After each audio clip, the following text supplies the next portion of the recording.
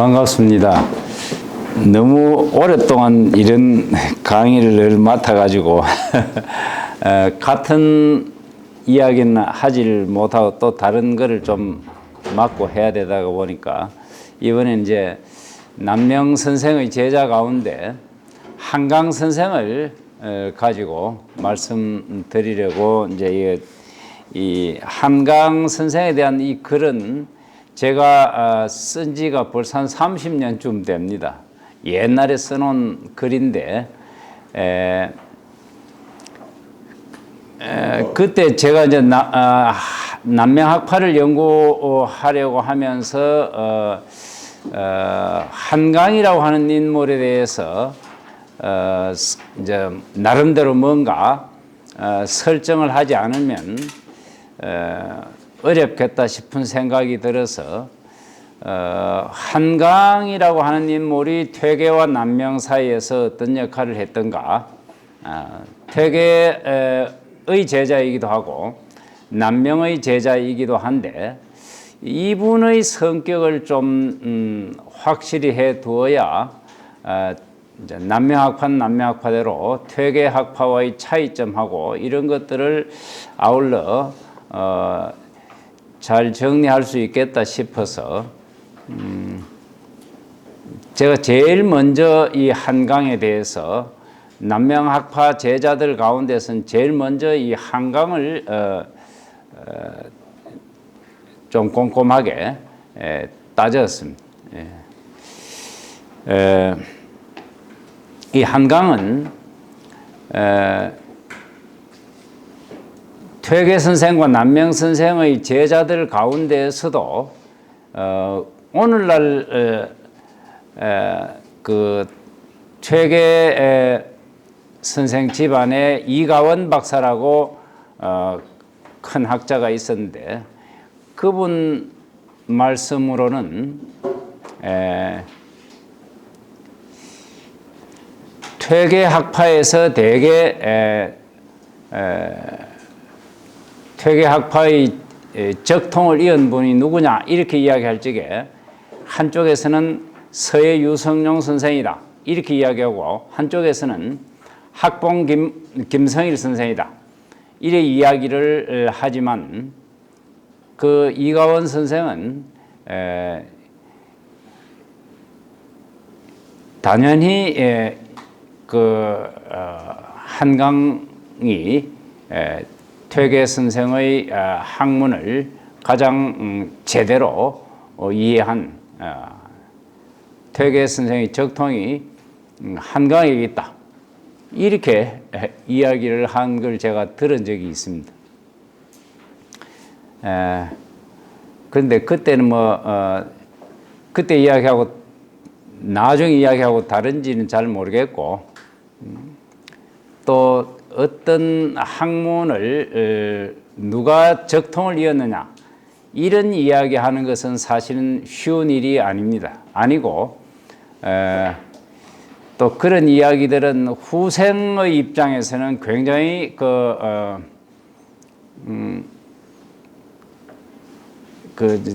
떠받들어 주는 측면, 누구를 더 높일 것인가 하는 그런 측면에서 후손들끼리 또는 제자들의 후손들끼리 서로 심각한 대립이 있습니다. 그래서 그게 굉장히 문제가 됩니다. 근래 와가지고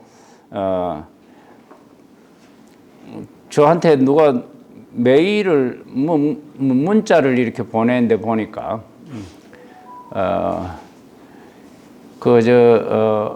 내암 선생이 남명 선생의 수제자니까 덕천서원에 배향해야 된다. 그다음 용암서원에도 배향해야 된다. 이런 이야기를 한 적이 있는 모양인데 그에 대해서 이제 허권수 교수한테 막 질의 비슷하게 했는지 뭘 어떻게 했는지 잘 모르겠는데 누가 그런 이야기를 한 것에 대해서 허 교수가 글을 이제 썼던 모양인데 수제자라고 하는 말은 옛날에 당대에서는 물론 없고 조선시대에는 그런 이야기를 한 적이 없는데, 그래, 근래 와가지고 그런 말을 한다고 이야기를 하니까, 그런 걸 제기했던 사람이 막, 허 교수 보고 사이비 난명학자라고 하면서, 그렇게 이야기를 하고 있는 걸 제가 봤는데 참 좀 안타까워요. 이제 그런 식으로 이야기하는 것은 바람직하지 저는 않다고 봐요. 근데 옛날에 그 도산서원에 월천 조목 선생이 모셔졌는데 배향이 됐는데, 도산서원에 월천 조목 선생이 배향됐다고 해서 퇴계 선생의 학통이 월천 조목 선생에게 이어졌다고 보느냐 하면 그런 것은 아니지요. 그렇게 꼭 볼 수는 없습니다. 우리 여기 덕천서원에 진작 이제 이 수당 최영경 선생이 덕천서원에 배향이 됐지만, 그 남명 선생의 학통이 수당 최영경 선생에게 적통이 이어졌느냐 이렇게 말할 수는 없는 거지요. 그게 그 당시 상황에 따라서 이제 배향이 결정이 되는 건데, 오늘날 와가지고 서원에 배향하는 그런 문제는 좀 제가 보기에는 이미 너무 오랜 세월이 지나가지고 서원의 배향 문제를 다루는 것이 의미가 있겠나 이래 싶고, 만약에 다룰 수만 있다면 유림의 그 회의를 거쳐서 물론 다룰 수 있다고 봐요. 요즘 뭐 서원도 새로 세우기도 하고 하니까. 그런데 참으로 유림의 숫자는 급격하게 줄어서 지금 어떤 모임에 가서도 보면 손으로 뭐 헤아릴 수 있을 정도로밖에 모이지가 않는데, 서원을 새로 만든다든지 유림 저 서원 안에 어떤 분을 새로 모신다든지 하는 것이 의미가 있는 것인가 싶은 생각도 든단 말이죠. 내실은 제대로 이렇게 어떻게 하지도 못하면서 그 이름만 자꾸 내세우는 듯한 느낌이 없지 않아서, 오늘날도 뭐 어떤 분은 남명선생 문묘종사 그거를 하자 이렇게 하는데, 남명선생 문묘종사 그런 일도 의미가 있다고 보면 한없이 의미가 있지만은, 지금 유림에서 유림답게 행동을 해가지고 이 유림의 의상이 위상이 이렇게 자꾸 올라가야 되는데, 유림의 위상은 지금 자꾸 떨어지고 있다. 그런데 거기에 모시는 사람을 자꾸 늘린다고 해가지고 뭐 효과가 과연 있겠느냐, 그런 건 좀 생각을 해볼 필요가 있지 않겠나 이래 저는 여깁니다. 근데 제가 이런 말씀을 드리는 것은 이제 한강 선생하고도 그게 무관하지 않습니다. 그래서 이제 한강 선생이라고 하는 인물은 처음에 퇴계 선생에게 먼저 집지를 했어요. 퇴계 선생에게 먼저 집지를 하고 21살 때 퇴계 선생에게 집지를 했습니다. 그러니까 1563년인데 그때 이제 퇴계 선생에게 집지를 하고, 그 다음에 이제 남명 선생에게 집지를 했어요. 그러나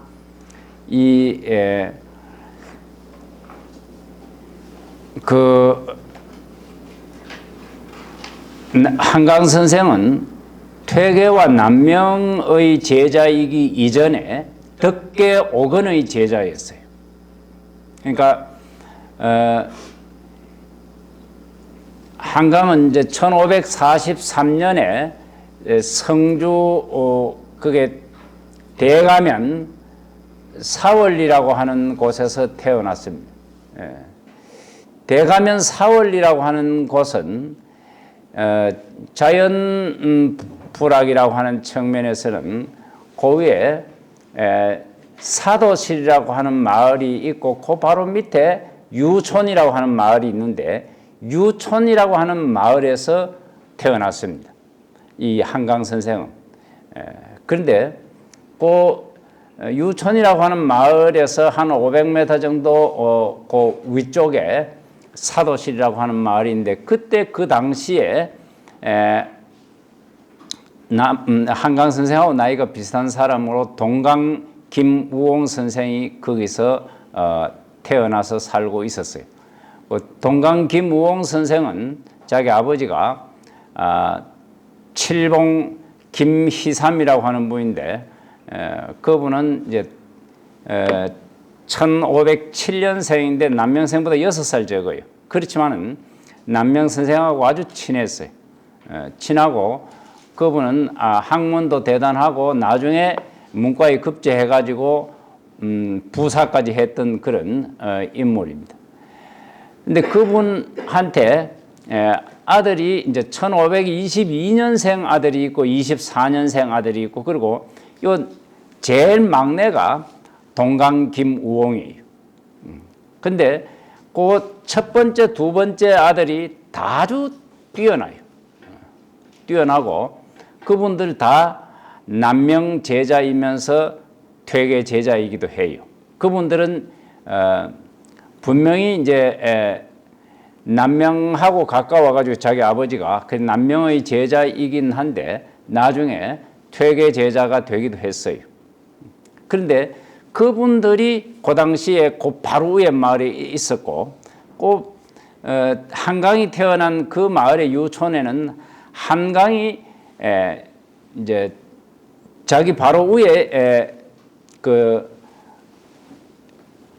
형이 둘이 있는데 맏형은 이제 백곡 맏형은 이제 정괄이라고 하는 분이고 둘째 형이 이제 백곡 정곤수라고 하는 분인데 이 두 분 다 훌륭한데 맏형은 일찍 죽었어요. 맏형은 일찍 죽고 이제 둘째 형 백곡 정공수가 말하자면 그 나중에 큰 학자가 되고 또 조정에서 중요한 역할을 했는 분인데 그 백곡 정곤수는 이제 양자를 나갔어요. 서울 쪽에 자기 양가가 있어가 그쪽으로 가버렸는데 그러나 태어나길 역시 거기서 태어났어요. 성주 유촌에서 태어났습니다. 그래 한강은 그 집에서도 막내고 동강은 또 동강고 집안에서도 막내로 태어났어요. 근데 그 두 분이 동강은 1540년생이고 한강은 1543년생인데 3살밖에 차이 안 납니다.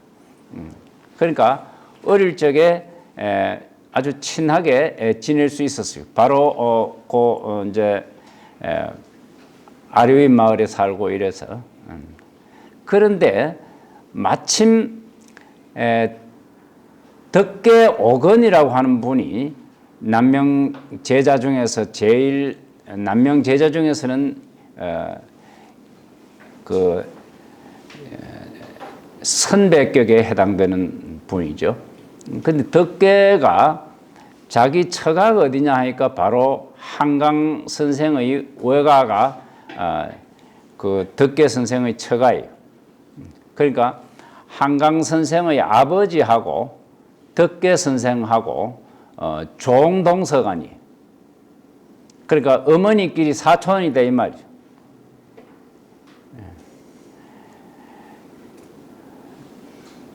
그러니까 외할아버지가 이제 형제간이에요. 그러니까 한강 선생의 외할아버지하고 이 그 덕계 선생의 장인하고 둘이 형제간이란 말이죠. 근데 그 벽진 이씨입니다. 근데 그분들이 거기에 살았는데 예전에는 살림이 좀 있거나 좀 여러 가지 형편이 좀 낫다 이리 싶으면 부인네들이 시집을 안 가고 남자가 장가를 들어요. 그러니까 장가 들고 시집 가는 게 일반인데 장가 들고 난 뒤에 그 다음에 이제 부인하고 같이 자기 집에 가면 부인으로서는 시집 가는 거 아닙니까? 그런데 결혼은 이제 처가에 사니까 장가부터 먼저 든단 말이죠. 근데 장가 들고 그만 영원히 시집 안 가는 경우도 있어요. 영원히 시집 안 가고 거기서 자기 친정에서 살다가 거기서 죽는 경우가 옛날에는 많이 있었어요.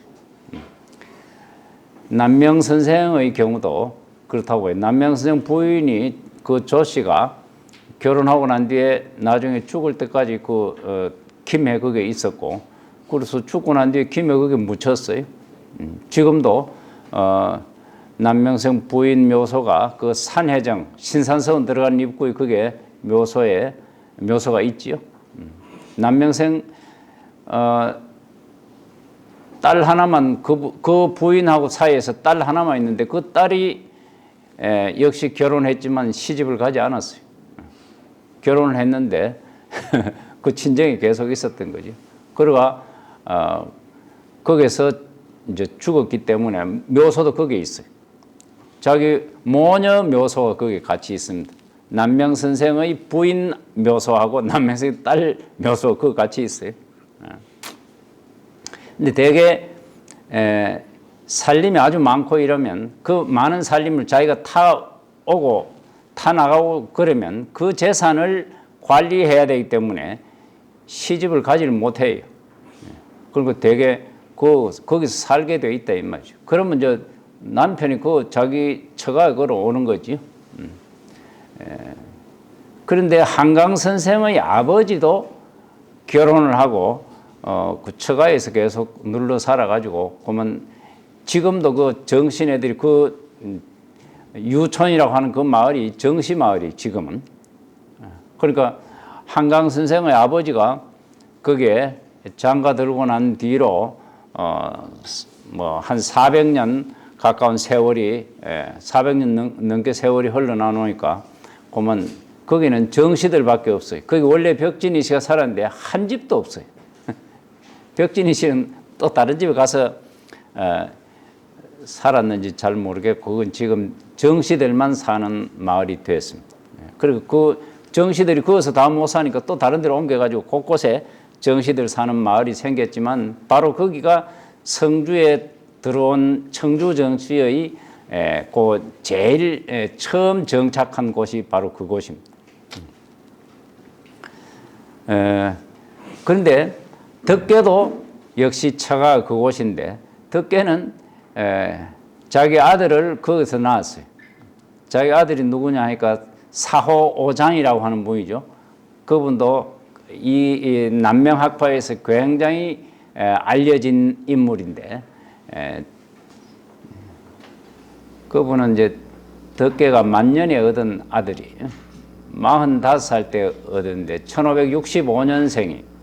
근데 그 덕계 사호오장은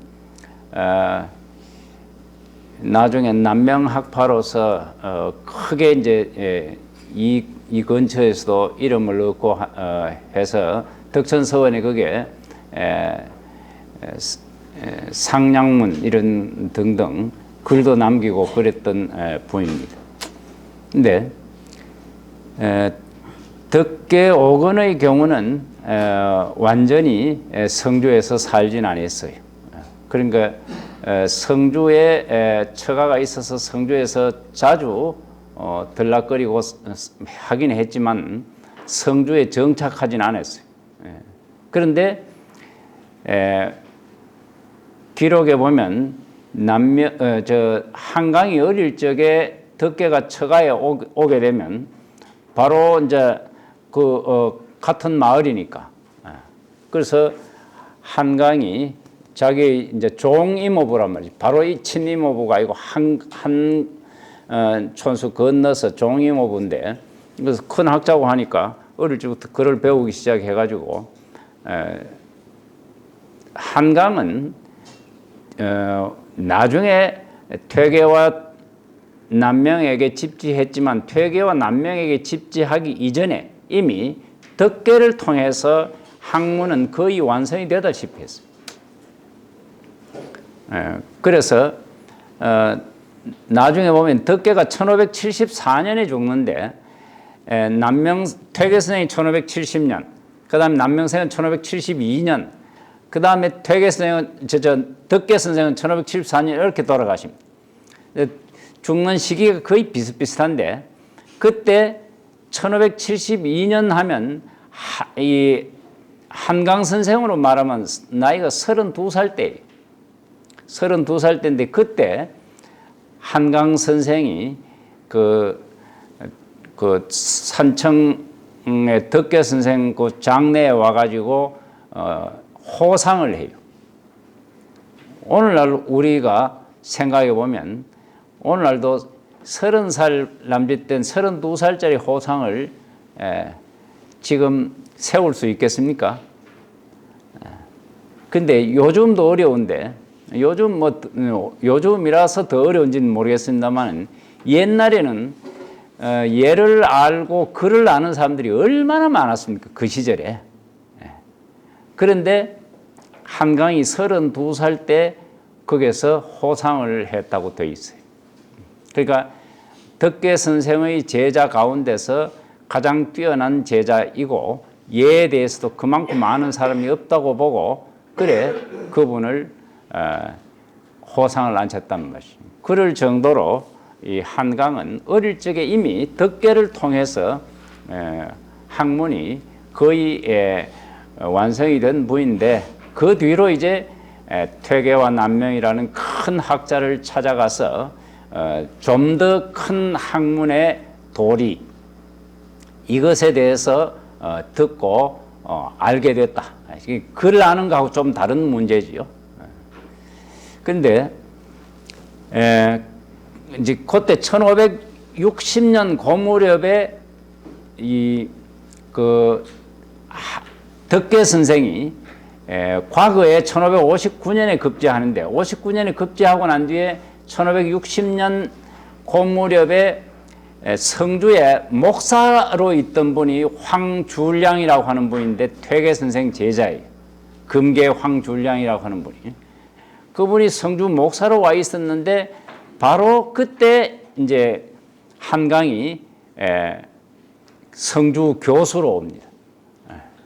그러니까 대개 과거 급제한 사람들 가운데서 지방 향교의 교수로 내려보내면 대개는 내가 뭐 기껏 훈도하려고 공부했나 이러면서 대개 이제 사직서를 내고 안 갑니다. 안 가는데 그 중에 제가 알고 있는 인물 가운데서는 조금 이런 시기로는 약포 정탁이 진주 교수로 부임해가지고 남명 선생 제자가 된 적이 있어요. 그렇고 그보다 이제 조금 뒤에 이 한강이 성주의 교수로 가가지고 덕계하고 덕계가 한강이 아니고 덕계가 성주 교수로 가서 황줄량과 서로 합심이 돼 가지고 성주의 문풍을 크게 일으켰습니다. 그래서 성주에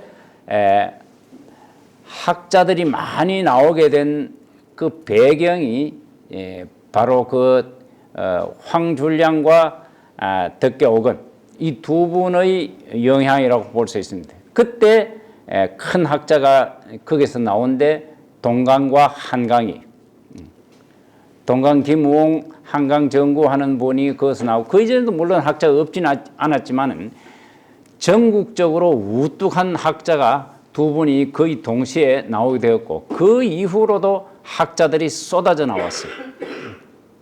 그래서 한강 동강이 나온 것을 기점으로 해가지고 성주가 학문을 하는 고을로서 뭐 세상에 알려지게 된 것 아닌가 저는 그렇게 생각을 하는데 그때 그런 문풍을 일으킨 핵심 인물이 덕계입니다.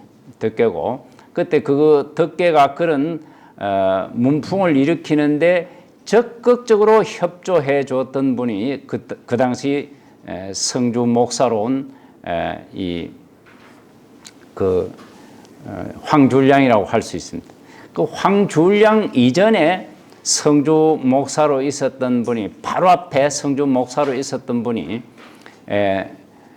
노경리라고 분인데, 그분은 바로 이제 율곡 선생의 장인이, 그래서 성주 관아에서 율곡 선생이 장가를 들었어요. 그리고 이제 성주 관아에서 자기 고서 초례를 치르고 난 뒤에 자기가 고향, 자기 어머니 계시는 강릉으로 가다가 안동을 들려서 퇴계 선생을 만나본 거지요. 그래서 율곡 선생이 퇴계 선생을 만나는 그 과정을 보면 자기 결혼한 거하고 무관하지 않고 성주 왔다 가면서 간 거예요. 근데 그 시절에 나이가 비슷해요. 이제 율곡 선생은 1536년생인데 동강 선생은 1540년생이고 한강 선생은 1543년생. 그래 4살, 7살 뭐 이렇게 차이 나는데, 율곡 선생이 결혼하러 왔을 그 당시에 그 두 분들이 그 동강이나 한강 이런 분들하고 율곡이 만났는지는 알 수가 없어요. 아마 만났으면 그 기록이 있었을 텐데 만나지는 못했던 것 같아요. 그 당시에는 못 만났던 것 같아요. 나중에는 조정에서 만났죠.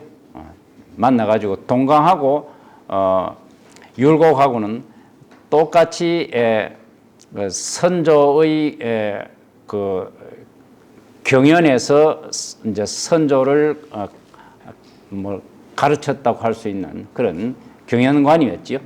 경연관으로서 이 율곡하고 동강은 굉장히 이름을 크게 떨친 분입니다.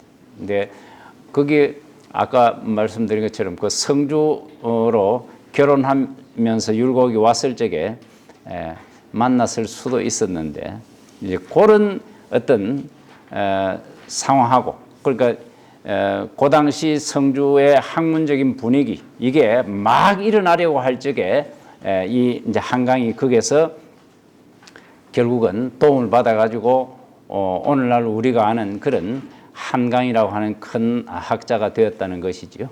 그러다가 보니까 어릴 적부터 이제 이 덕계의 영향을 받았지만은, 덕계가 그게 목사로 있는 황주량의 그 행동을 보고 나도 퇴계 선생의 제자가 되어야 되겠다, 이런 생각을 했어요. 그래서 덕계가 먼저 퇴계 선생에게 집지를 했어요.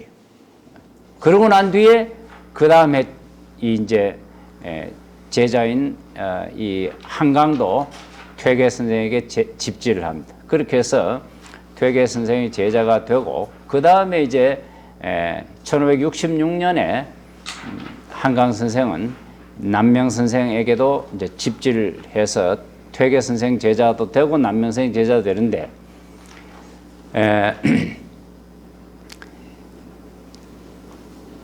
퇴계 선생이 돌아가시고 난 뒤에 무슨 일이 있었는지 알 수는 없어요. 아무런 다른 기록은 없는데, 한강 선생은 퇴계 선생에게 만시도 없고 제문도 없어요. 있는데 없어졌는지 그건 잘 모르겠는데, 지금 남아있는 기록을 보면 퇴계 선생에게 한 만시가 없고 제문도 없어요. 근데 옛날에는 대개 자기가 아는 사람이 죽으면 친구나 뭐 그냥 아는 사람이라도 제문은 혹시 못하면 만장은 반드시 하게 돼 있어요. 그게 만장을 하는 것은, 글 지을 줄 아는 사람이 만시를 짓는 것은 요즘 그 부조하는 거하고 똑같습니다. 아는 사람 뭐 그 상을 당했는데 가서 부조 안 하는 사람 거의 없지 않습니까?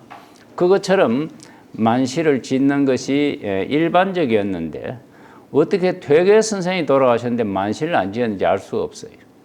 근데 저는 만시가 어디 없어졌는가 이래 생각했는데 만시가 없습니다. 그리고 제문도 없어요. 그런데 이제 그 뒤에 2년 뒤에 남명생이 돌아가셨을 적에는 물론 만시도 있고 제문도 있는데 그 제문이 아주 이름난 제문이죠. 그래서 남명 선생에 대한 제문 가운데 가장 많이 읽혀진 그런 제문이고 남명 선생에 대해서 아주 표현을 잘한 그런 글이라고 알려져 있고 그래서 근래에 남명 선생 초상화를 만들었지요. 남명생 초상화는 그거는 만든 것이지 원래 있는 건 아니지요. 그 남명생 모습이 원래 그렇게 생겼는지 그거는 알 수 없는 건데 뭐 가상으로 만든 겁니다.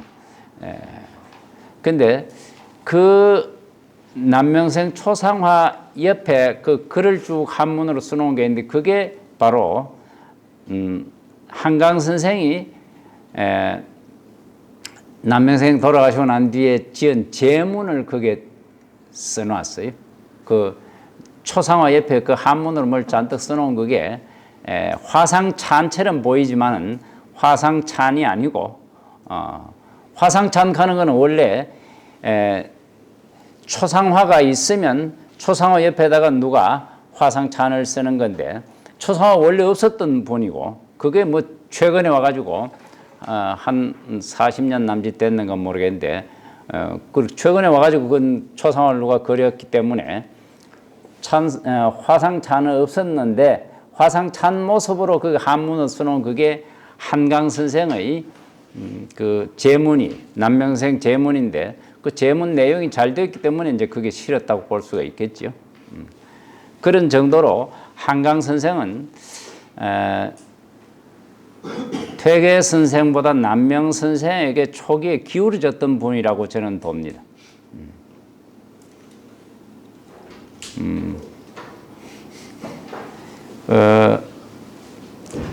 한강 선생의 초기에 그 이제 퇴계와 남명이 돌아가신 그 무렵 초기에 한강 선생의 모습을 보면 거의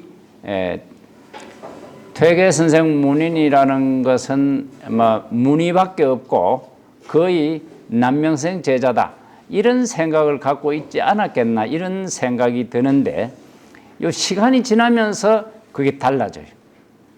시간이 지나면서 달라지는데 퇴계 남명 선생은 글을 많이 남기지 않았지만 퇴계 선생은 글을 많이 남겼단 말이죠.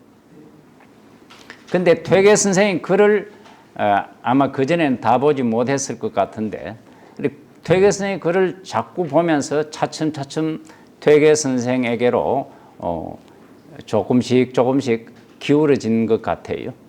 그래서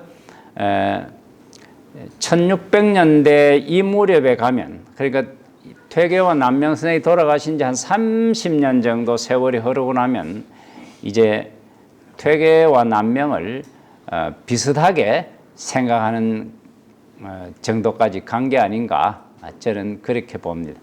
그렇게 해서 이제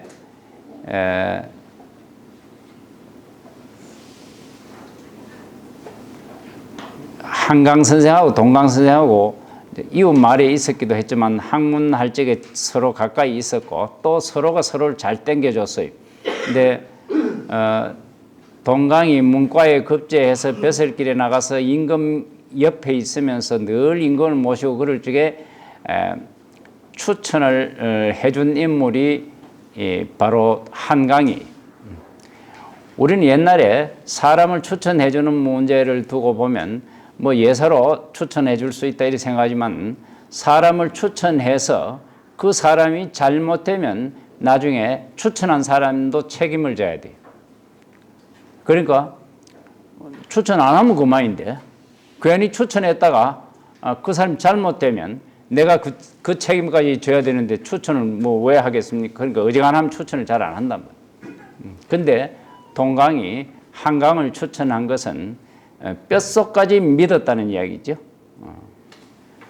그래서 동강이 한강을 추천해서 이제 나중에 한강은 과거 시험에 합격한 적이 없고 생원 진사 시험에도 합격한 적이 없습니다. 공부만 했던 인물인데, 근데 추천에 의해서 첫 벼슬이 창녕 현감으로 나간 게 첫 벼슬입니다. 창녕 현감 처음 벼슬을 했는데 그때 1579년 무렵이니까 한강 선생 나이로 치면 37살. 37살. 요즘 37살짜리 군수가 있으면 그 군수를 다들 우습게 안 보겠습니까? 그런데 과거 합격도 안 한 사람을 추천이 해가지고 그 창녕현감에 재수했는데 창녕현감하고 그만두고 오니까 창녕현에서 생사당을 만들어줬어요. 생사당 하는 건 사람 멀쩡하게 살아있는데 사당을 만들어 놓고 숭배를 하는 거예요. 그래서 지금도 그 창녕에는 옛날에 있었던 서원으로는 관산서원이라고 하는 서원이 있는데 그 서원에서 대대로 한강 선생을 모셔왔어요. 근데 그 관산서원이라는 게 이제 대원군 서원 회철 때 없어졌습니다. 없어져 가지고 근래에 새로 아마 그걸 복원을 한 것 같은데 그만큼 새파랗게 젊은 사람이 그 현감으로 가서 다스리는데 6년씩 일에 한 것도 아니고 금방 왔어요.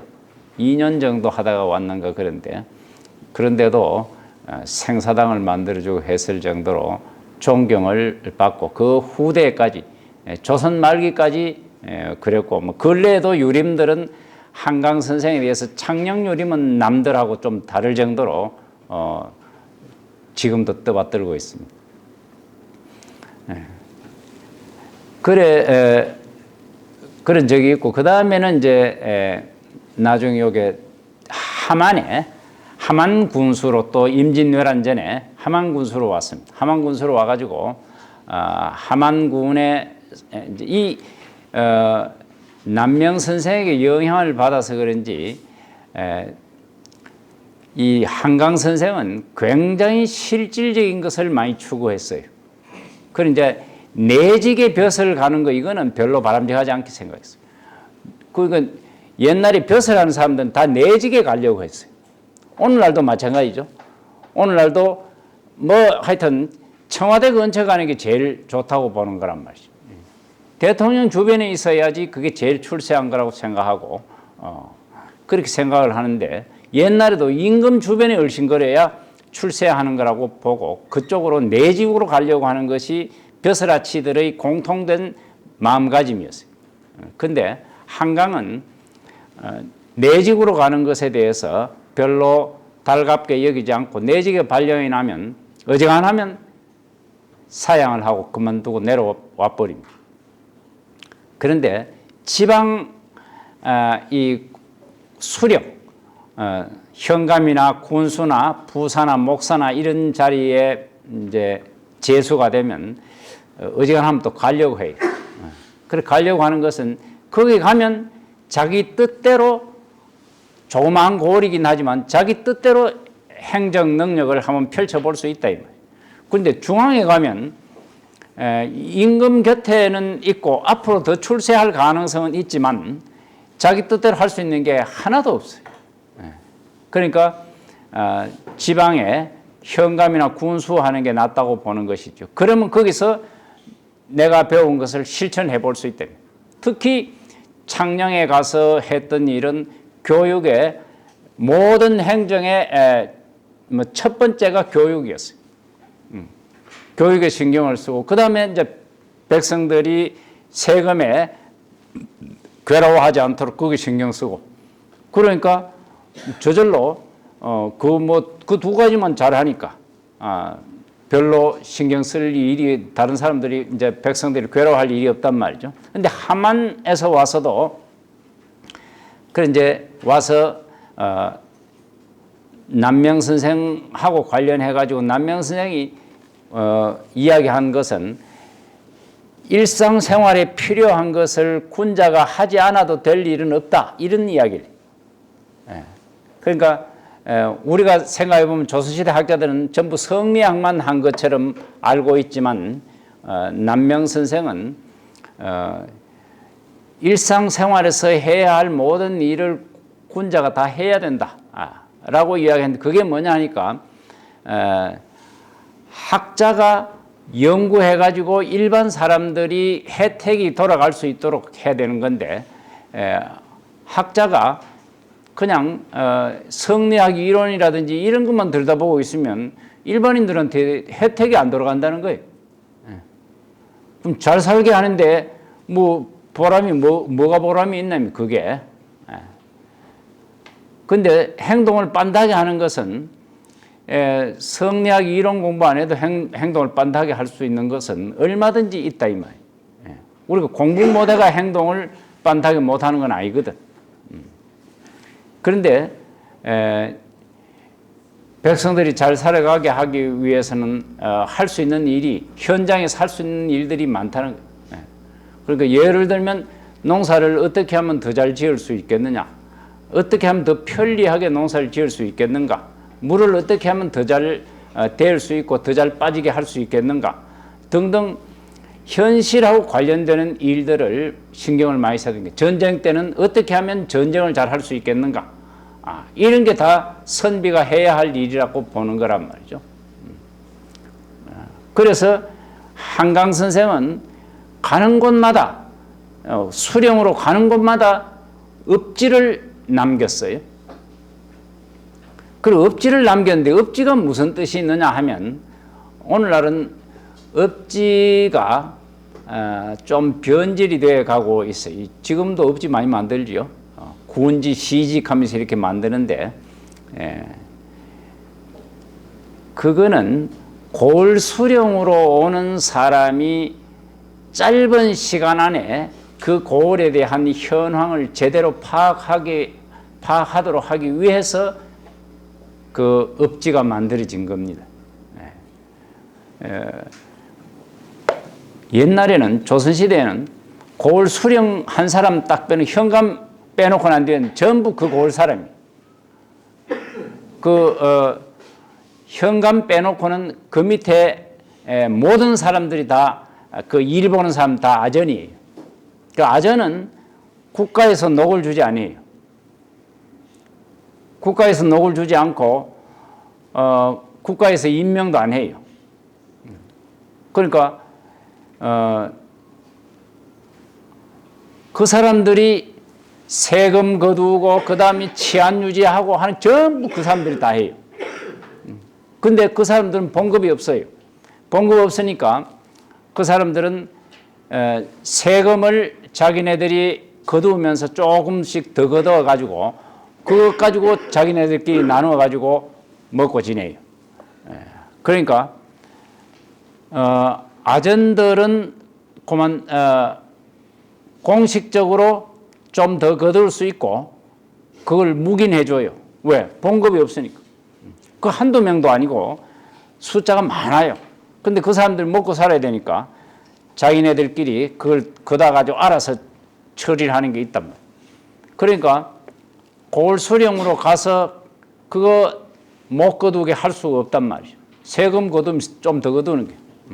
그러면 이 집의 세금이 뭐 100만 원인 것 같으면 120만 원 매겨버려. 그러니까 그다가 20만 원은 이제 자기네들 쓰는 걸로 모으고 나머지는 국가에 이제 세금 내고 이렇게 한단 말이에요. 그러니까 아전들은 그렇게 받은 돈으로 굉장히 넉넉하게 잘 살아요. 그 돈을 거두는 그 율을 정하는 건 자기네들 마음대로거든. 그러니까 요 형편 봐가면서 더 거둘 수 있다 싶으면 더 거다 부르고 이렇게 해가지고 돈을 거두니까 이 아전들은 잘 살아요. 근데 군수가 와가지고 그걸 알고 너 심하게 거두는 게 아니냐 하면서 깐깐하게 구울면 아전들이 또 용서를 안 해요. 아전들이 좋아, 그렇다면 내가 너는 잘하는 거 한번 보자 이러면서 그 수많은 아전들이 그 군수를 현감을 감시를 해요. 그리고 감시를 하면 법에 어긋난 일을 하나도 안 할 수가 없어요. 그럼 그거 하나하나 다 적어놓아요. 그래가 나중에 그걸 중앙에 고발해버려요. 그러면 쫓겨갑니다. 그래서 지금 어느 고을이든지 보면 군수나 현감이나 목사나 부사 이런 사람들이 임기 채우지 못하고 가는 경우가 많아요. 임기 채우지 못하고 가는 경우는 대개 아전이 고발해서 그래요. 그러니까 아전하고 잘, 그러니까 뭐 좀 봐주고 그러면서 자기도 좀 가렴주하는 군수 있잖아요. 그런 사람들은 아전한테 잘 봐주고 그 다음에 내 것도 좀 더 거다라 이렇게 해가지고 자기가 많이 좀 빼가지고 가요. 그러면 아전도 봐주는 거예요.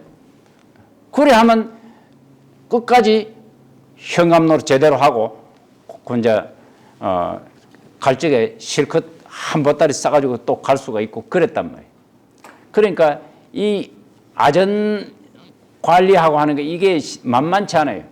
그런데 그 사람들은 전부 서울서 온 사람들이고 어디 다른 지역에서 온 사람이기 때문에 그 오래돼서 잘 알 수가 없어요. 아전들의 힘을 빌지 않고서는 아무것도 할 수 있는 게 없습니다. 그러니까 이 읍지를 딱 만들어 가지고 그 다음 오는 그 수령이 그걸 딱 보게 되면 상황을 정확하게 파악할 수가 있어요. 그럼 아전이 농간을 별로 못 부리게 돼 있어요. 그걸 굉장히 중요한 일이단 말이에요. 그래서 그거를 한강은 자기가 가는 고을마다 임진왜란 터졌을 적에도 그 자기가 강원도 통천이라고 하는 고을에 있었는데 강원도 통천 고을에 수령을 하면서 읍지 만든다고 하니까 제자가 아이 선생님 지금 이 전쟁통에 읍지가 뭔 말입니까? 이렇게 이야기하니까 전쟁통에 해야 할 일도 해야 되지만 이것도 해야 할 일 중에 하나다. 이렇게 해가지고 끝까지 그걸 읍지 만드는 일을 포기하지 않았던 그런 분이. 그만큼 이제 현실적이라는 이야기. 이제 수령이 와가지고 이곳을 제대로 금방 파악할 수 있는 일은 이거밖에 없는데 읍지가 안 돼가 있다는 거예요.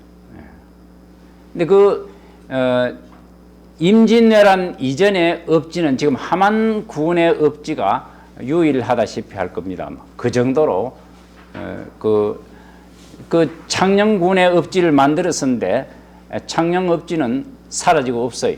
근데 한강이 만든 읍지 가운데서 원본이 자기가 다 갖고 있었는데 1616년 17년 그 무렵에 자기가 살고 있던 집에 불이 나가지고 한강이 소장하고 있던 책들이 전부 다 불에 타버렸어요. 그때 거의 다 없어져 버렸어요. 그러고 난 뒤에 한 2, 3년 동안 남은 시간에 자기가 복원해야 되겠다 싶은 거 있어가지고 복원할 수 있는 건 복원했지만 그때 없어진 그 자료가 한강의 저술 가운데 한 80% 가까이가 그때 다 날아가 버리고 없어요. 그 사이 새로 복원한 게 한 20, 30% 될까 한 그 정도 됩니다. 근데 그렇게 해서 없어졌는데 요 함안 읍지는 함안에 남아가 있어가지고 그게 지금도 전해지는 것이지요. 이야기를 딴 이야기 하다가 보니 이 교재 보고는 한 번도 지금 하질 않은데 시간이 다 되어 버렸습니다. 1시간 됐는데 조금 쉬었다가 이제 옆길로 샌 거는 그만하고 요 본문을 좀 보도록 하겠습니다. 좀 쉬겠습니다.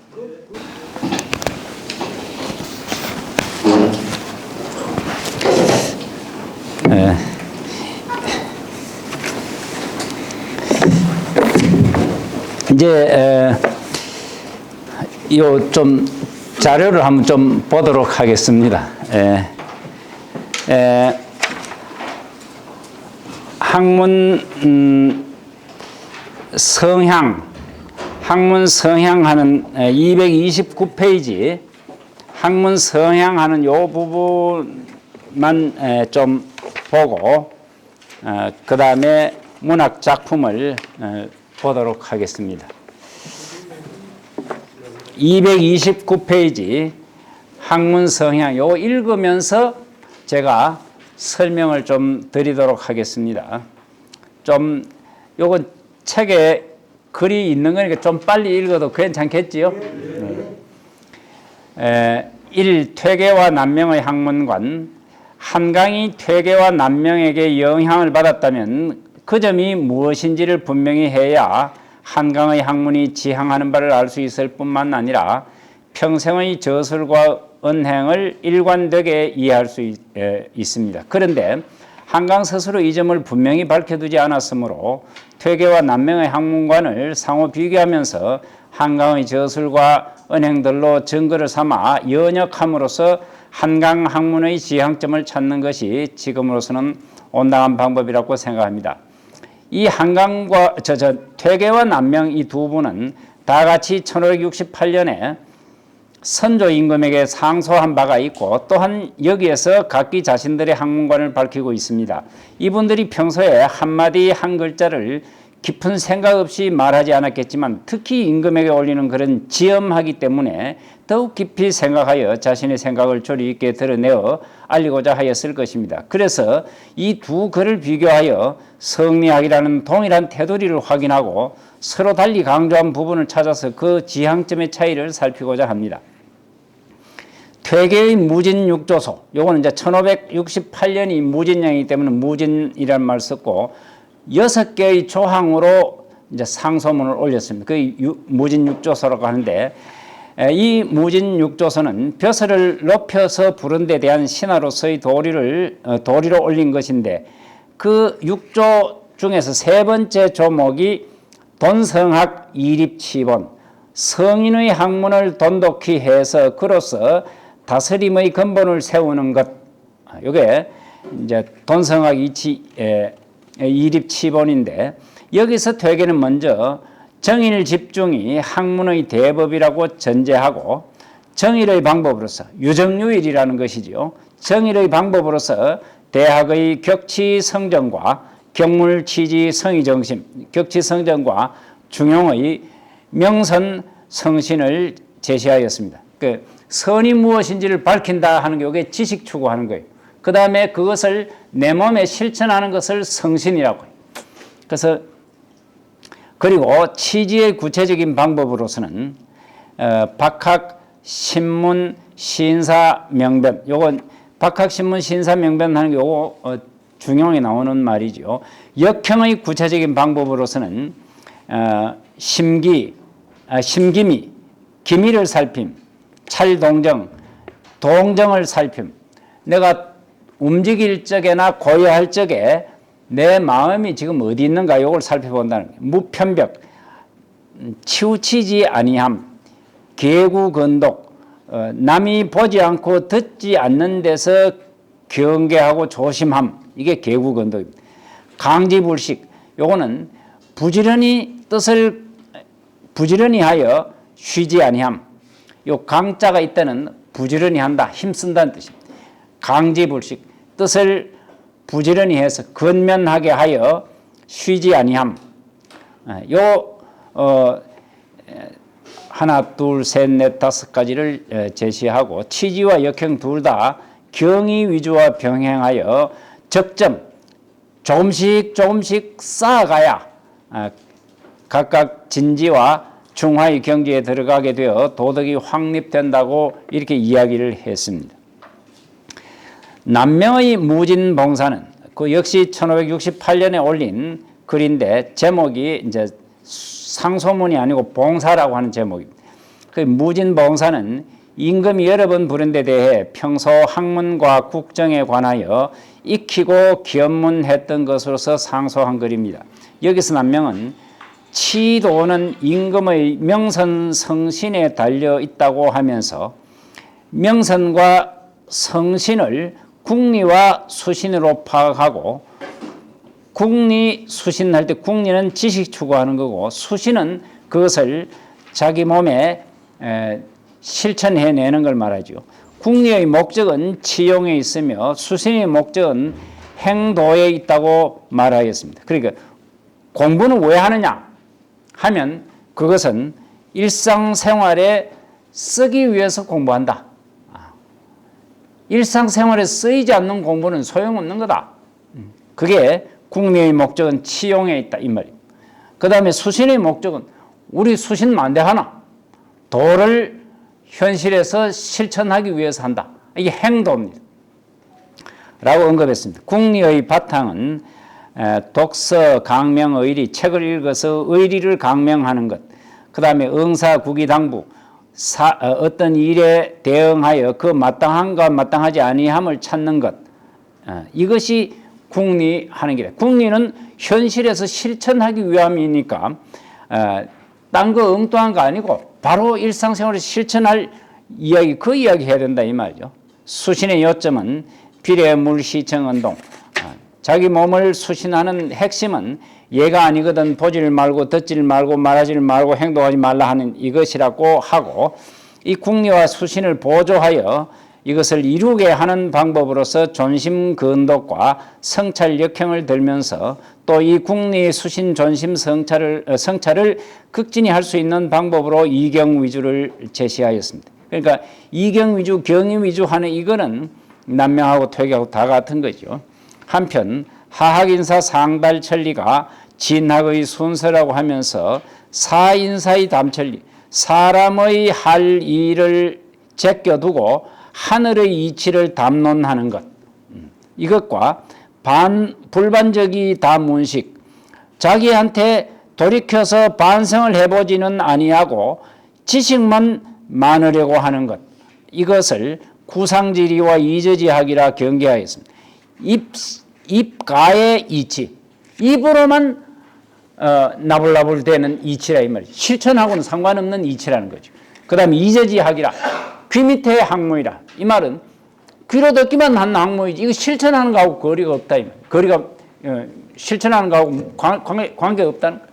그러니까 구상지리 이저지학 하는 말은 입으로만 말하고 귀로만 듣는 것이지 실천하지 아니한, 실천에는 관심이 없는 학문이란 뜻으로 그것을 경계했다는 거예요. 그래 될 가능성이 많다 라고 경계했다는 것이죠. 다음 230페이지입니다. 퇴계와 남명은 모두 학문의 근본을 중용의 명선과 성신에 두고 있는데 이는 취지의 측면과 역형의 측면에 같은 비중을 두고 있다는 뜻이며 이 점에서 기본적으로는 같은 골격임을 알 수가 있습니다.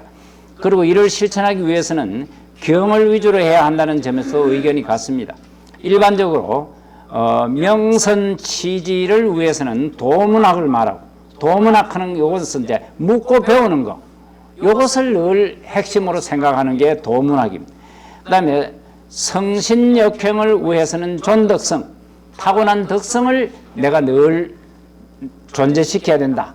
이게 존덕성. 그 도문학 존덕성 이게 중용에서 나오는 이야기인데 도문학하는 것은 대개 지식을 추구하는 걸 말하고 그 다음에 존덕성 이것은 실천을 강조할 적에 주로 많이 쓰는 말입니다. 이 두 분이 다 이를 중시하고 있는 것으로 보아 남명만을 유광 내지 노장으로 보는 견해는 온당하지 못합니다. 다만 퇴계가 취재의 방법으로 도문학의 구체적인 조목인 박학, 신문, 신사, 명변을 들면서 여기에 침잠, 반복, 완색, 체인하여 적점해야 진지에 이룰 수 있다고 한 데 비해서 남명은 독서와 응사를 들면서 존심 근독해야 국리를 온전히 할 수 있다고 하고 특히 국리의 목적을 치용이라 한 점에서 상당한 차이가 있습니다. 퇴계가 도문학의 측면을 특히 강조한 것은 존덕성에 치중하는 유광학을 배척하고 정주학을 옹호하려는 뜻이며 침잠, 반복, 완색, 체인하여 적점해야 된다는 것은 도노를 주장하는 불교의 선학과 구별하여 배척하려는 뜻입니다. 여기에서 퇴계가 정주학을 확립시키려는 데 주도적인 역할을 수행하였음을 알 수가 있습니다. 퇴계는 주자의 주장과 어긋나는 것을 용납하지 않았던 바, 이는 요순 공명의 도통이 주자에게 전해졌음을 확인하려는 것이기도 하며, 그래서 여기에 대한 이론의 정립이 필수적이었던 것입니다. 사단 칠정 논변이 시작된 후 오랫동안 설왕설래하여 자신이 만든 성학 10도의 6번째 그림이 심통 성정도인데, 거기에서 사단은 이발이 기수지하고 인이예지라고 하는 이 사단이라고 하는 것은 이치가 발해져서 나온 것이고, 기가 거기에 따라가지고 기가 이의 그 뜻에 따라가지고 나오는 것이 사단이다, 이렇게 이야기하고, 실정은 기발이 이수지라, 실정은 기가 발하여 실정이 일어나는 것인데, 기가 발하면 이가 그걸 탄다, 탈성자 써서 이렇게 요약을 했습니다. 이렇게 정리되기까지 퇴계가 끈질긴 집념을 보였던 것은 호학의 열정과 이번 수후의 의지에서 나온 것이겠지만, 가까이서 그 원인을 찾으면 육상산 왕양명의 심적 리의 설에 대해 주자의 성적 리의 설을 확립하려는 데서 출발된 것일 수도 있다 하는 것을 확인할 수 있습니다. 그리고 그가 만든 저술 가운데 이학통록, 신무채용변, 전섭록 논변 등의 일련의 글도 이와 같은 맥락으로 파악이 됩니다. 퇴계가 남명에게 노장의 기미가 있다고 한 것도 남명을 비판하려고 한 것이라기보다는, 남명 개인을 비판하려고 한 것이라기보다는 정주학을 보위하려는 의지로 해석하는 것이 바람직하리라고 봅니다. 그러나 남명은 기존의 연구들에서 언급되듯이 정주학 이외의 사상에 대해서 상당히 관대한 편이었으며, 이론의 정립은 이미 되어 있다고 보고 사회적 실천 쪽으로 관심을 더 가지고 있었던 것이니, 궁리의 목적은 치용에 있다는 엄표가 이를 잘 뒷받침합니다. 남명은 이처럼 궁리의 목적을 치용에 두고 있었기 때문에 이론에만 몰두하는 것은 목적을 망각한 것으로 생각하여 극력 배제하였습니다. 정계에 진출해 있던 문인 덕계와 동강 김우홍 등에게 젊은 학자들이 실천에는 힘쓰지 않고 이론에만 매달린다 라고 하면서 맹렬한 반성을 촉구하였고, 덕계가 포졸 이 세금 내지 않고 도망가는 것, 그 다음에 군역을 기피하는 것, 이게 포졸인데, 포졸의 문제를 건의한 것을 두고 불부소학이라, 배운 바를 저버리지 않았다 라고 칭찬한 것 등이 모두 이러한 배경에서 나온 것이며, 그래서 남명은 앞의 상소문에서도 하학인사 상달천리를 말하며 궁리의 목적을 망각하지 말 것을 강조하였던 것입니다. 병법이나 지리, 의학 등의 관심도 이런 생각에서 나온 것입니다.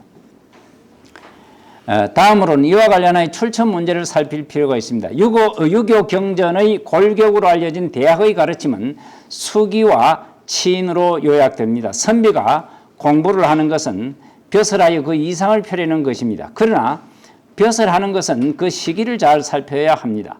벼슬할 시기가 아닌데도 나아가면 왕도의 결과에 이르게 되고, 그러니까 도를 굽히는 결과에 이르게 되고, 벼슬할 시기인데도 하지 못하면 무능한 것이 드러나니 둘 다 신중히 하지 않을 수 없는 것입니다.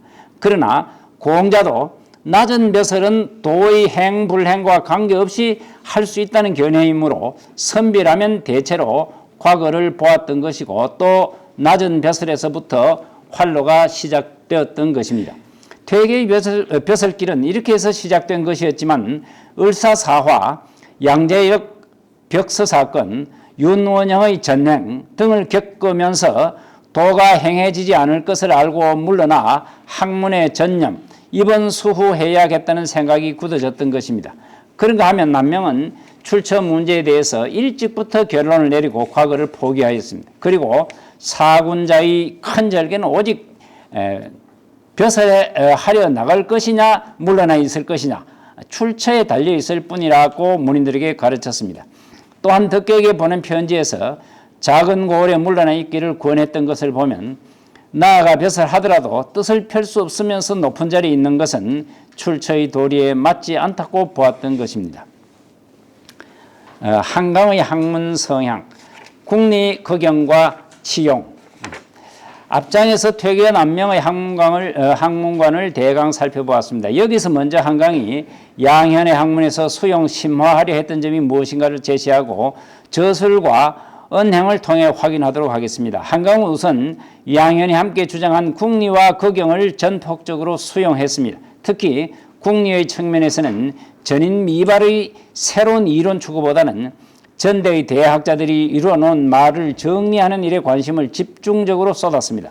이 부분의 공부는 주로 퇴계를 주원적으로 삼았다고 할 만하며 업지나 역사서, 인물지, 의서 등의 저술은 남명의 영향으로 보입니다. 한강의 저술의 방대함은 단연 이 퇴계 남명 문화에서 독보적입니다. 72세 때의 화제로 대부분을 잃은 채로도 역시 독보적이라 하겠습니다. 이 저술을 부분별로 나누어 보면 다음과 같습니다. 요 이제 부문별로 나누는 것은 제가 나누었습니다. 예학, 심학, 지지, 문학, 역사, 의학 이렇게 제가 나누어 봤는데 그 중에 세모 표시가 그 오른쪽에 보면 저술 이름이 쭉 있는데 세모 표시가 되어 있는 것은 지금 남아 전하는 것입니다. 그 남아 전하는 게 몇 개 안 되죠. 세모 표시가 되어 있는 거 보면 오복연혁도, 함주지, 역대기년, 그 다음에 오선생 예설분류, 심경발휘, 수사은인록 그 정도죠. 그 정도 말고는 전부 지금 불타 없어져 버렸어요. 그런데 예학에 관한 것하고 심학에 관한 것이 많고 지지에 관한 것이 그러니까 업지입니다. 이게 업지에 관한 것이 저희 간 고을마다 만들었으니까 이렇게 많이 있고 그 다음에 역사, 의학은 이게 옛날에 선비들은 의원 노릇하는 것을 아주 부끄럽게 생각했어요. 이제 한문을 읽을 줄 알면 그 글을 읽어보고 하면 의원 노릇하는 것은 문제가 없었어요. 그렇지만 의원 노릇을 하지 않았어요. 그리고 의원 노릇하면 돈을 받아야 되는데 사람의 목숨을 구원해주고 돈 받고 하는 거 이거 바람직하지 않다고 본 거예요. 그리고 그건 하나의 기술이라고 봤어요. 그런 기술 그거는 기술자가 하면 되는 거지 선비가 꼭 그거 할 건 없다고 이래 봐서 아무도 의서에 관심을 기울이지 않았어요. 그런데 이게 이제 한강은 남명 선생의 영향을 받아가지고 의학 이런 데도 선비가 관심을 기울여야 된다고 생각. 그래서 지금 남아 전하는 게 의안집방이라고 하는 게 있어요. 이게 뭐냐니까 눈을 낮게 하는 그런 처방전을 모아놓은 거예요. 우리가 나이가 지금은 좀 낫지만 40살만 되면 이제 눈이 안 보이기 시작하는 게 잘. 그러니까 사람이 뭐 나이 40만 되면 그때부터는 이게 뭐 눈이 침침하면 잘 안 되니까 눈 이게 사실은 굉장히 중요하다. 우리 몸 중에 눈이 차지하고 있는 비용은 부분은 요만큼 구멍 동그라미 2개 나가 있을 뿐인데 실제로 몸의 전부라고 해도 과언이 아니죠. 눈이 없으면 뭐 할 수 있는 게 거의 없습니다. 그래서 이 눈을 어떻게 관리를 하고 어떻게 하면 좀 잘못했을 적에 회복할 수 있는가 이거에 관한 처방을 끌어모아 놓은 게 그게 의안집방이에요. 그 다음에 광사속집하는 거 이것은 요 광사를 할 때 사자가 후사라는 뜻이에요. 후사. 후손 이 말이죠. 후사를 넓히는 것에 대한 글인데 이거는 속집이라고 하니까 여러 개 모아놓은 게 있는데 그건 그 다음에 이어서 모아놓은 것이란 뜻이고 속집이란 말 빼고 나면 광사예요. 광사가 뭐냐 하니까 후손을 많이 볼 수 있는 방법 이 말인데 이건 요즘 말로 하면 산부인과 의서예요. 그러니까 옛날에 아기 낳다가 죽는 경우가 많았어요. 부인네들이 아기 낳다가 죽는 경우 얼마나 많은지 몰라요. 그러니까 그 치료 방법 이거를 끌어모아놓은 이게 전부 일상생활에 굉장히 중요한 것들이죠. 그리고 이런 것을 사람들이 쉽게 알고 접할 수 있게 이제 만들어 놓은 것이죠. 이 가운데 도학에 해당하는 일련의 저술은 유학에 있어서의 정주학의 정통을 확보하는 데 중요한 역할을 할 수 있는 것으로서 퇴계의 정신을 수용 심화한 것이라고 하겠습니다. 곡산 동암지는 주자가 강도 서식한 운곡, 그 다음에 무이산, 백록동, 회암, 요게 끄트머리에 글자를 따면 곡산 동암 되지요. 이 곡산 동암 등지의 기문, 서문, 제영, 사적 등을 묶은 것으로 주자를 높이어 숭상한 데서 나온 것이며 와룡암지는 무헐정사의 와룡암에 대한 기록으로 이 근처의 암자, 다리, 소, 바위 등의 이름이 주자와 연관되는 것으로 보아 곡산동암지와 같은 성격의 것으로 이해됩니다. 수사 은인록은 원래 남헌장식이 편찬한 것인데 한강이 여기에다가 주자의 집주를 중심으로 정자, 장자 이하 재현의 논의를 첨가해서 펴낸 것입니다. 이는 서산 진덕수가 진덕수의 독서기 가운데서 인자를 모은 것과 회제 이현적의 구인록과 함께 보기 위해 만든 것이라고 기록이 되어 있습니다. 그 다음에 연막경장록 이것도 이름으로 봐서는 주자와 정자의 학문을 체득하려는 그의 의지에서 나온 것으로 보입니다. 성현풍범 뭐 이런 이야기를 이게 지금 다 하려고 하니까 양이 너무 많습니다. 근데 요 밑에 233쪽 제일 밑에 단락을 보겠습니다. 한강은 38세 때 창녕 현감으로 첫 출사를 하였는데 이때 이곡을 읍진 창산지를 편찬하고부터 고을마다 읍지 또는 도지를 남겼습니다. 함주지는 임난 후 하만의 사인들이 베껴두었기 때문에 유일하게 남아 전합니다. 그런데 통천지, 임영은 강릉을 말합니다. 관동지, 요거는 이제 강원도 전체를 말합니다. 관동지를 만들 때는 1592년과 96년 사이로 전란의 와중에서도 편찬의 고삐를 늦추지 않았다는 점에서 이에 대한 그의 확고한 의지를 읽을 수 있습니다. 관동지 편찬 때 문인은 인재 최현의 질문에 대해서 지방직에 있는 사람으로서 지지의 편찬은 마땅히 해야 할 일이라고 답한 데서 구체적으로 그의 의지를 확인할 수 있습니다. 고을의 수령으로 부임하여 그 고을의 사정을 아는 데는 없지만큼 절실한 것이 없다고 보고 이를 참고로 안민선속하게 하려는 것이 읍지 편찬의 근본 의도였던 것으로 판단됩니다. 그래서 이제 이런 이야기들을 쭉 해놓고 그 다음 234쪽 끄트머리 단락 이제까지의 논의 간고 보겠습니다.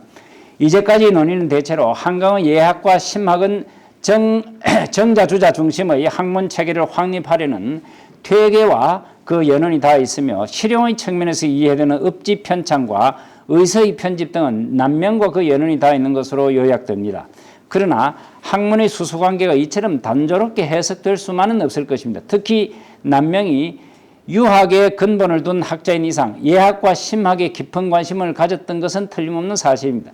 덕계가 만년에 한강과 함께 논의하고자 한 것을 보아도 남명의 예에 대한 평소의 관심을 읽을 수 있고 부사성 여신이 난 후에 남명이 강정한 예를 복구하였다는 기록과 혼인, 상장, 제사 등의 예절은 모두 가래를 준용했다는 기록으로도 이를 확인할 수 있습니다. 또한 남명이 이림과 이중경으로부터 심경을 받은 후 백주의 큰 저자 거리에 있는 평천관과 같다고 하면서 심경이 매우 기묘한 책인데도 사람들이 실제로 읽지 않음을 비유적으로 말하였고 마음은 죽고 육체만 다닌다면 짐승이 아니고 무엇이겠는가? 마음이 죽는 것보다 더 큰 슬픔이 없다. 마음이 죽지 않는 약을 구하였다면 먹는 것이 급하다. 이 책은 아마 불사약이리라 라고 한 것은 남명이 심경의 중요함을 누구보다도 깊이 인식하고 있음을 보여주는 것입니다. 이런 점에서 볼 때 한강은 퇴계와 남명이 강조하던 것을 다 수용한 셈이며 이 두 분이 못다한 것을 평생 학문에 잠심하여 훌륭하게 발휘하였다고 볼 수 있으므로 양현의 학문, 퇴계와 남명의 학문을 집성하였다. 저는 제가 이제 이런 말을 쓰는데 한강은 퇴계와 남명의 학문을 집성한 인물이다. 이렇게 표현을 했습니다. 그 다음,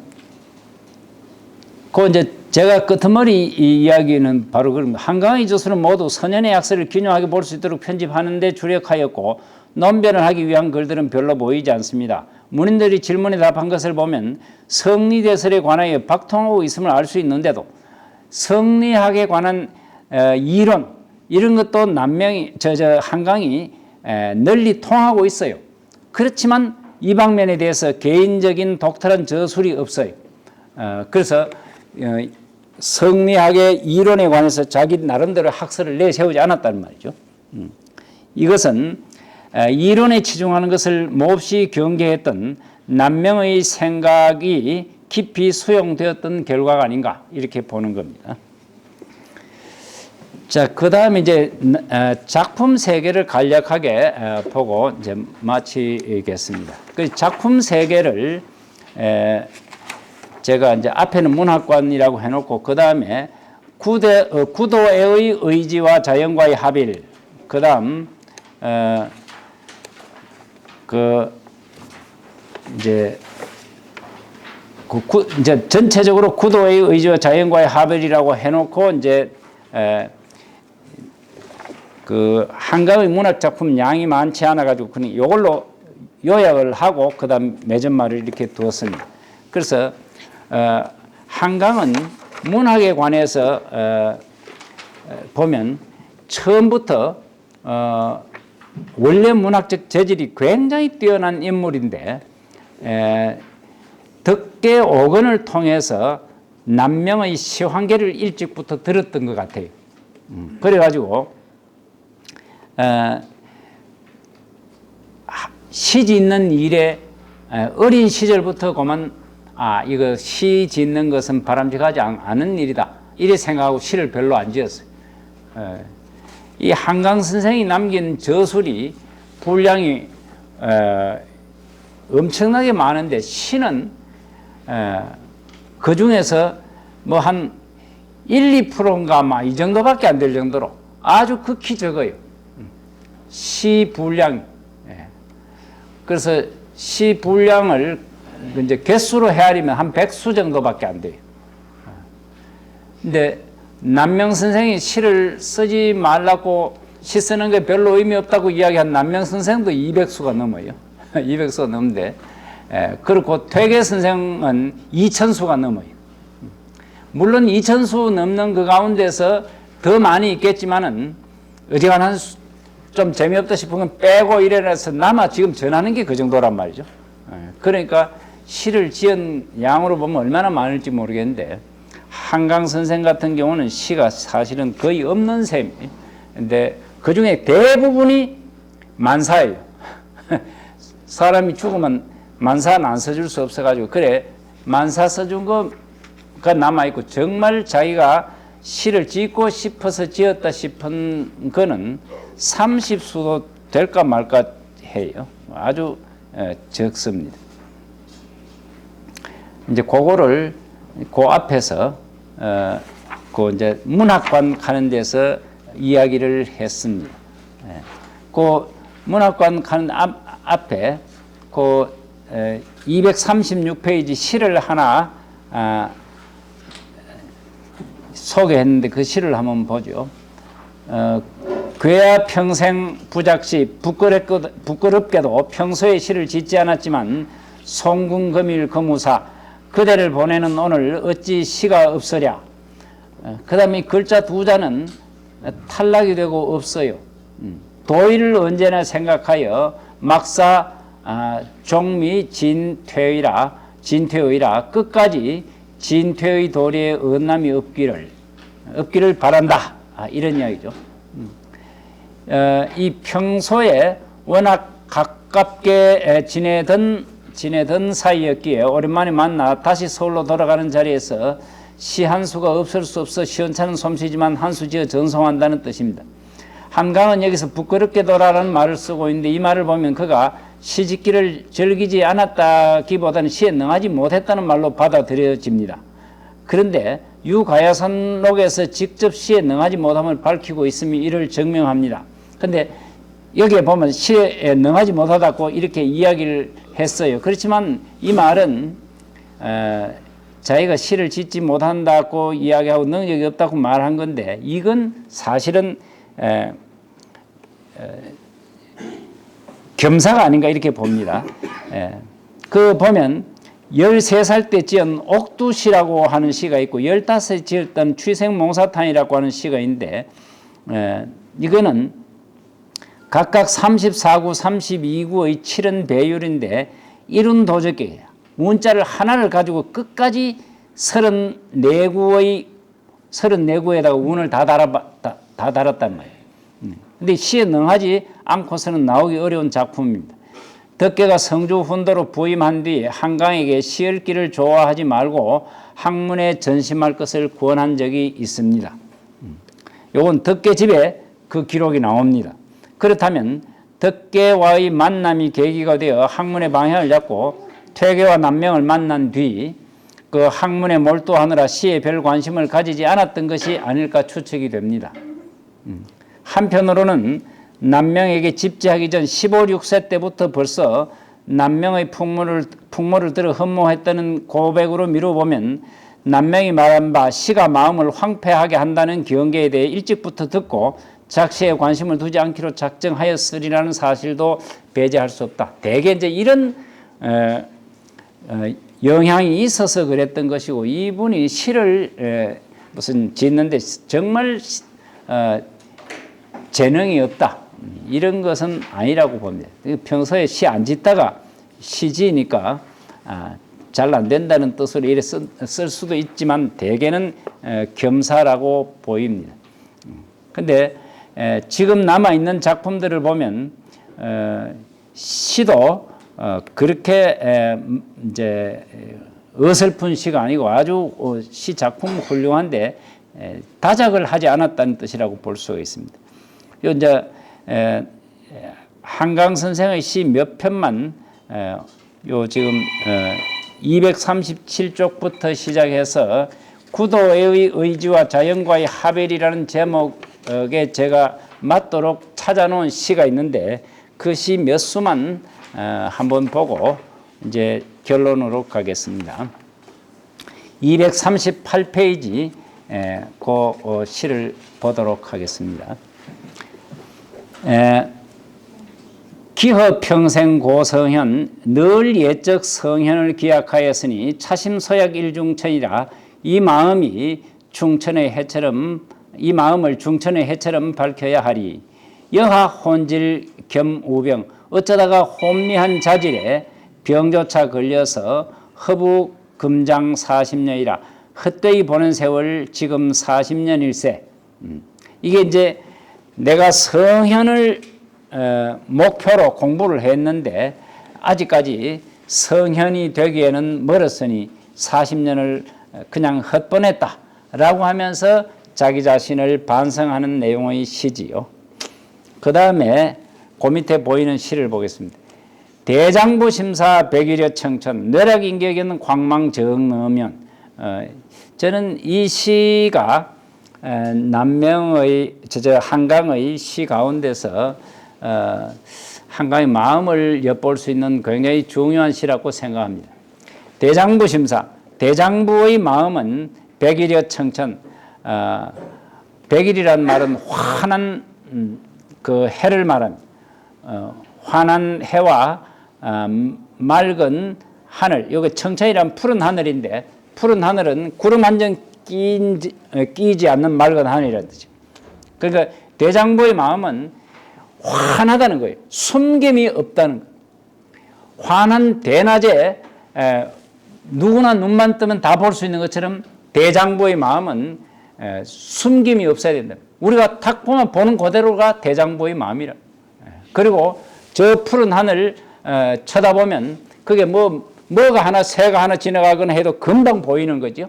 그리고 구름이 잔뜩 끼어 있는 우중충한 날씨에는 잘 안 보이는 게 많지만 푸른 하늘이 있을 이 맑은 날씨에는 깨끗하게 다 보여요. 그러니까 대장부의 마음은 바로 밝은 대낮, 그 다음에 푸른 하늘과 같은 것이다. 내락인객은 내락한 기상을 누구나 다 보니 그가 갖고 있는 대장부로서의 남아로서의 훌륭한 기상, 이거는 밝은 대낮, 푸른 하늘, 이럴 때 누구나 다 볼 수 있어요. 그래서 광망이 정너면이라 뻗어나온 빛이 참으로 너면하구나. 대장부는 마땅히 그래 해야 된다는 것이죠.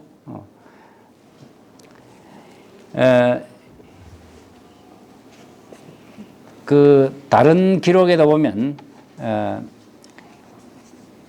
청천백일이라는 말을 많이 써요. 청천백일. 청천백일 하는 경우는 하나 숨김없이 그냥 깨끗하게 자기 마음, 속마음하고 겉마음하고 같다는 거예요. 근데 우리가 사람들을 보면 사람 마음 속이 무엇인지 잘 모르는 경우가 많지요. 사람을 만나서 이야기했는데 저 사람 마음 속에 뭐가 들었는지 좀 모르는 경우가 많아요. 그거는 백일여 청천이 아닌 거예요. 그러니까 겉으로 드러난 얼굴 속에 그가 말하는 속에 그게 자기가 갖고 있는 생각이 다 드러나야 된다. 이게 한 점 부끄러움 없는 삶의 자세를 나타낼 때 그렇게 이야기합니다. 청천백일 같다. 이게 남자다움. 이게 다른 말로 하면 충입니다. 우리 충신할 때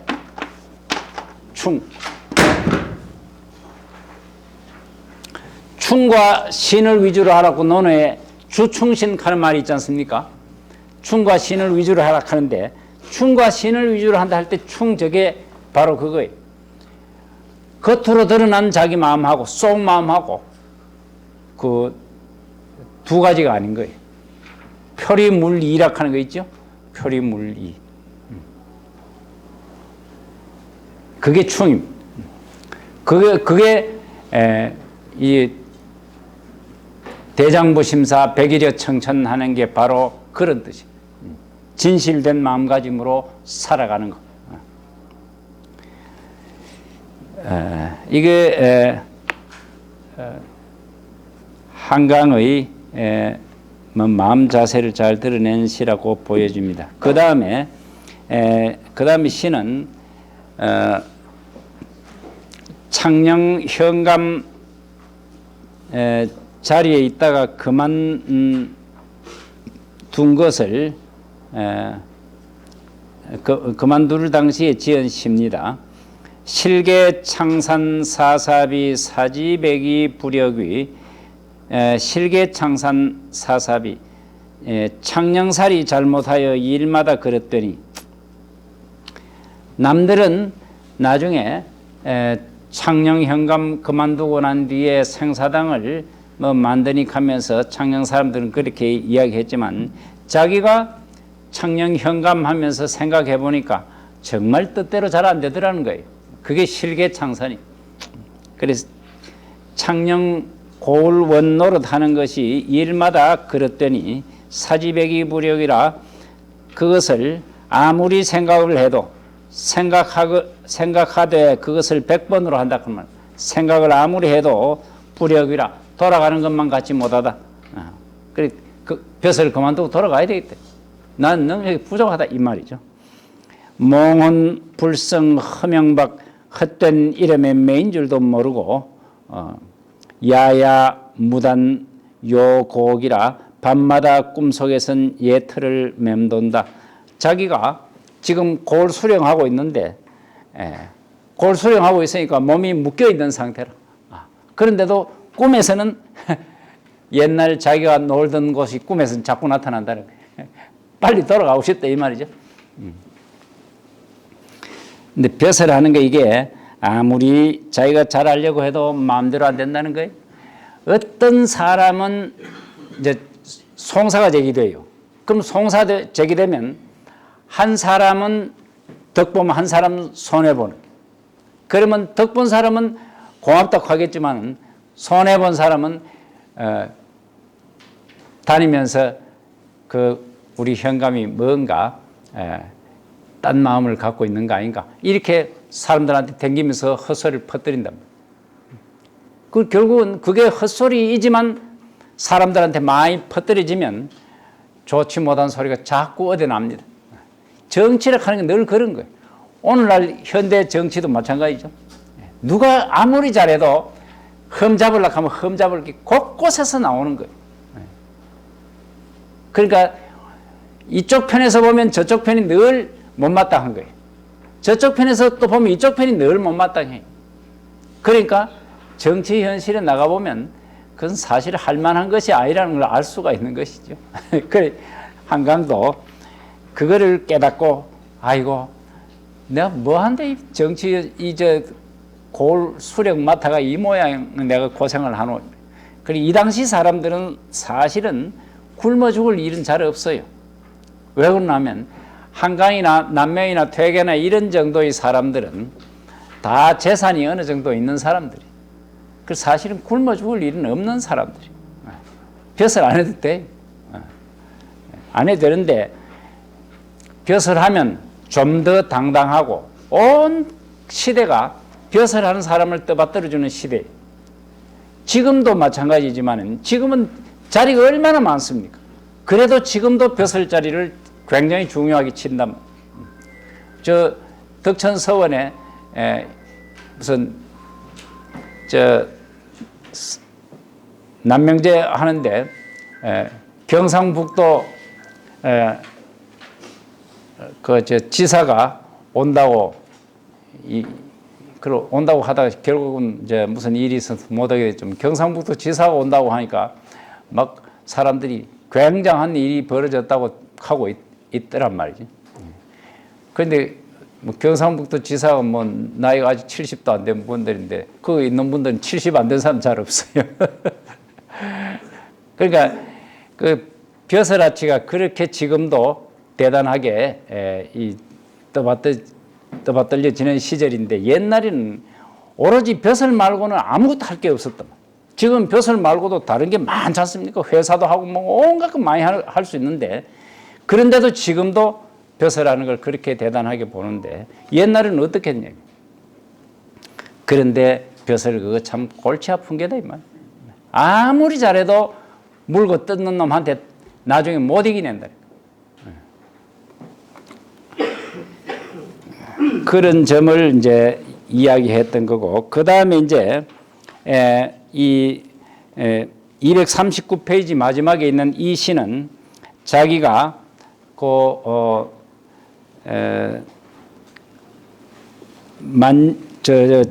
젊은 시절에 이상적으로 생각하고 백매원이라고 하는 매화 100그루를 심어놓고 거기에서 공부했던 그 집에서 지은 시예요.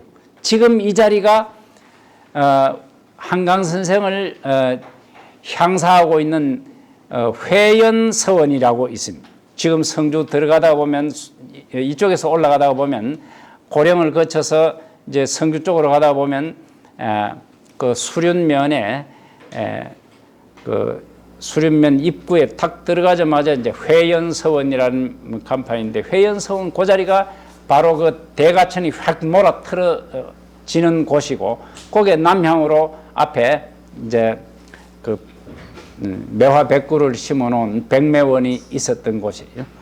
거기서 지은 시가 그렇습니다. 소소산전 소소가 작고 작은 산 앞의 작고 작은 집 만원 매국 충년가라 뜰 가득한 매화와 국화가 해마다 늘어나네 경교 운수 장여하니 다시금 구름과 물로 그림처럼 단장하니 거기에 이제 매화도 있고 국화도 있고 그런데 거기서 보면 앞에 하늘에는 구름도 있고 또 그 물이 멋지게 흘러가고 있거든. 그러니까 다시금 구름과 물로서 그림처럼 단정하니 그새 생애야 죄사라 온 세상 사람 중에 내가 가장 사치롭네. 이만한 사치 부리는 사람 어딨나 이러면서 여기서 막 평생 살겠다고 했는데 여기서부터 시작해서 이제 이런 그 회연 초당인데 이게 여기서 있다가 결국은 벼슬길에 나가기 시작해가지고 그만 여기저기 계속해서 끌려다니다가 1610년 이전까지 이제 벼슬을 그만하고 마는데 그만하기 전까지 자기 뜻대로 사실은 못해요. 자기 뜻대로 할 수 있는 것은 이제 중앙직은 그만두고 시골 이제 현감 벼슬하나 뭐 목사나 이런 지방 수령직 하는 것은 막 겨우 받아들이고 하는 그런 정도로 하는데 그래도 벼슬이 끊어지지 않았어요. 만년에 높은 벼슬을 했던 것은 이제 안동 부사를 했어요. 그런 적이 있었던 것이고 이 시만 좀 다 보려고 해도 시도 다 못 보겠네요. 벌써 시간이 끝나버렸습니다. 그래서 그 242페이지 시 하나 더 보고 매점말 보겠습니다. 242페이지 시를 한번 보겠습니다. 거기에 내관 300 외삼천에 내직 관은 300명과 외직 관은 3000명에 왕사 유심 6의인고 나라 일에 마음 둔 사람이 몇 명이나 있는고 성상욱은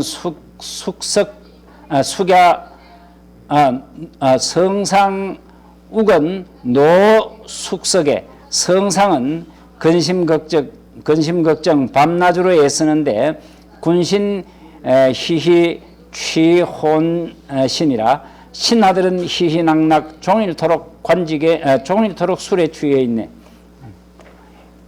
이게 지금 벼슬자리에 내직 외직 뭐 이렇게 벼슬자리가 많지만은 그게 사람들이 그렇게 많이 있어도 실제로 나라 일에 정말 마음을 쓰는 사람은 거의 없다 하는 말을 여기 해놨는데 이게 사실이에요. 그리고 몇몇 사람 마음을 써봐야 아무 소용이 없지요. 다들 놀면서 먹고 사는 이게 더 급하단 말이에요. 그러니까 혹시 바른 소리 하는 사람이 있으면 내 쫓아보내기 위해서 온갖 힘을 다 쓰고 하니까 이게 지금 제대로 되는 얘기 없어요. 근데 그 정치 현실은 지금도 보면 저는 마찬가지라고 봐요. 몇몇 사람 신경 좀 쓰는 사람 있으면 그 사람 쫓아내고 싶어가 안달이에요. 같은 편에서도 쫓아내려고 해요. 그래야 자기가 편하게 지낼 수 있으니까. 매점말을 보겠습니다. 그 매점말은 그 제가 6가지로 요약을 했는데 지금 시간이 지나버려서 곧 생략을 하고 제일 마지막 부분만 한번 읽어보겠습니다. 결국 한강의 학문은 전체적인 방향에 있어서는 남명과 맥을 같이 하고 있으면서도 구체적인 부분, 특히 예학과 도학 쪽의 깊이 있는 부분에 있어서는 퇴계에게 많은 영향을 받은 것으로 보는 것이 타당하리라고 생각합니다.